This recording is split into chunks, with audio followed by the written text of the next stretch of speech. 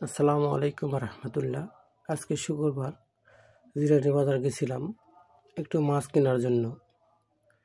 তো বাজারের যে অবস্থা দেখেন, একে বলে বাঙালি, একেবারে আজকে ছুটির দিন বাজারে ভিড় জমাইছে। মাছের দোকানদার 100 টাকার মাছ 200 টাকা বিক্রি করতেছে। বাঙালি বোঝে না, একেবারে বাজারে ঢল নেমে গেছে। এই কারণে দোকানদাররা একটু সুযোগ নিয়েছে, ভাই মাছের দাম ডাবল বানিয়ে দিয়েছে, কিনলে কিনবে, না কিনলে নাই।